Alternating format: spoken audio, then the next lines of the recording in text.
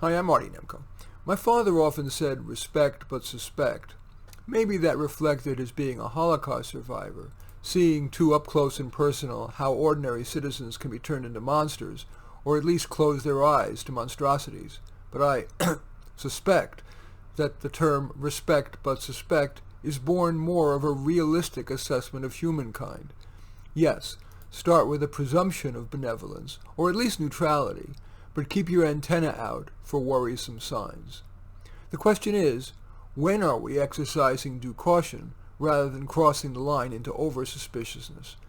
Or, as the old TV show's title asked, who, and it should be whom, do you trust? Of course, that question can't have a black and white answer, but it might help to inventory your level of trust in common situations and then reflect on whether and under what circumstances you should be more trusting or less. All the following 10 situations assume you have no upfront reason to trust or distrust a particular person.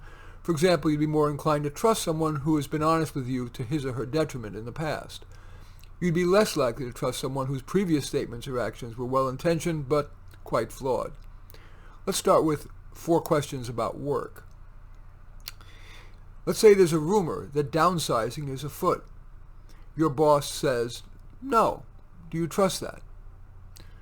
2. A coworker gives you material that'll inform your upcoming presentation. Do you trust it's reasonably complete, both because she's gathered the correct material and isn't maliciously withholding any? 3. You're a job seeker, and the interviewer says, this is a good place to work.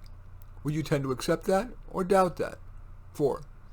You're an employer interviewing a job candidate. He or she says, I'm a good worker. Would you tend to accept that or doubt that? Now let's turn to 3 questions about your home life. Question 5. You and your romantic partner have agreed to be monogamous. For no particular reason, you ask if he or she has been, and she says yes. Do you trust that? Question 6. You've just read the National Institute of Health's June 2020 research report on marijuana's dangers. You have no reason to believe your 16-year-old uses weed, but you ask. Your child says no. Do you trust the answer? Question 7. Your romantic partner says that he or she will clean out the garage this weekend. Do you trust it'll get done? And finally, 3 questions about your recreation partners. A friend promises to meet you at a certain location at a certain time. Do you trust it'll happen? Question 9. Your sports partner says that your shot was out of bounds. You were too far away to see. Do you trust that he or she is right? And number 10. You're playing cards with someone who week in and week out tends to win. Do you trust that that person isn't cheating? Now, review your answers. Does that motivate you to be more cautious or more trusting? In general? In specific situations? In any event, I do thank you for watching. I'm Marty Nemko. I welcome your thumbs up and accept your thumbs down.